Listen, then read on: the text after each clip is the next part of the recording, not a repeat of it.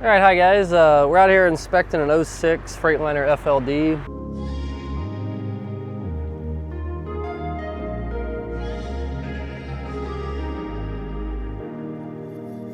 Standing in the cold, cold rain, I don't even feel the pain. Anything to step away, I know we could both do better. Wish you would've left me here, now I'm just controlled by fear. What's the point in our reflection if you never look in the mirror? A couple things I just wanted to show you guys real quick here. Not going to drag this out real long. Brakes on this are basically out of service for the most part, and not only is that, it's going to need cams most likely too. You can see how the bottom ones are they're out of service, and the top ones are a little bit thicker, so that tells me there's a brake cam issue or bushings, and that can get a little bit more expensive. Drums are cut in really deep, so yeah, those are shot too. Other thing is, shocks don't last forever. These are rusted out. I can stick my finger in the side of it. I usually recommend changing shocks about once a year. They're only good for about 100,000 miles, but I see trucks that come in that are 8 years old, 10 years old, and got the original shocks on them. Looks like we got some trailer tires on this truck for some reason. Not very good for traction. Fifth wheel's froze up, so that ain't good. Also, this had an air release, it looks like, for the jaws. It's cut.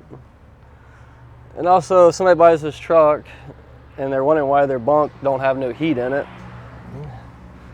down here you'll see the heater core lines are cut off, rusted off, gone. So there ain't gonna be no heat in the back of this sleeper back here.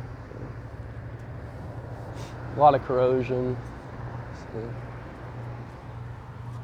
So I wanted to do a little shout out to Rock Rooster Footwear. They were nice enough to send us out a demo pair of their boots. Steel-toed boots, Vibram sole, really light, really cool. Just really nice, just walking around boot, in my opinion. A lot lighter than some of the other boots that I wear. So like I said, we just wanted to give a little shout out to them. Appreciate them sending out the product, and like I said, I like them. If you're interested, looking for a nice pair of boots, we got a 12% code, channel exclusive code that you guys can use. You can check out in the description below.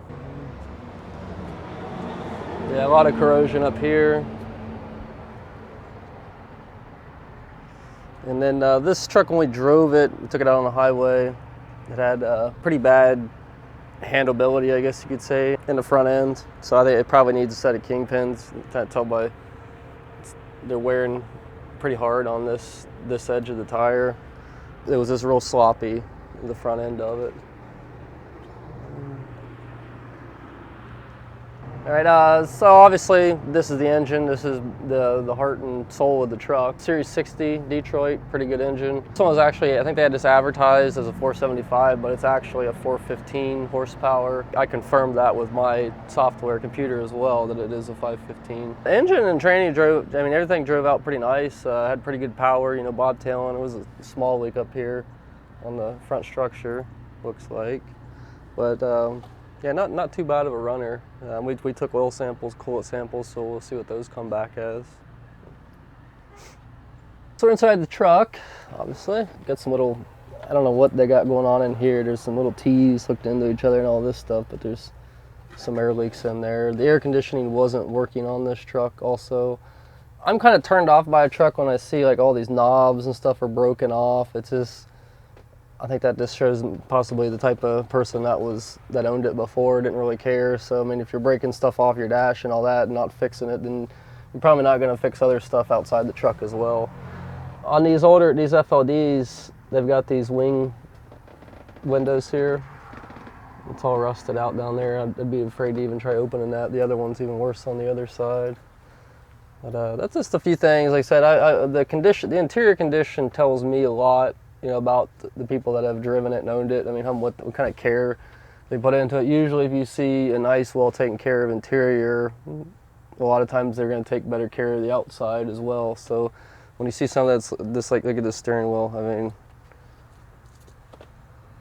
it just tells what kind of people were operating it or owned it. So Alright guys, so that's pretty much it. Just a few little highlights of this inspection. I want to share with you guys that things you might be able to see pop out to yourself as well. Hope that helped you guys out. If you're looking for a truck, good luck with your journey and all that, and hopefully don't get screwed. If I always recommend, get an inspection through somebody. If you're not a mechanical person, not familiar with trucks, new to the business and all that, it don't have to be us, but I'd recommend having somebody take a look at a piece of equipment, especially when you're going to make, 50, 100, 150,000 plus investment in something. So it's like buying a house. So, but that's pretty much it, guys.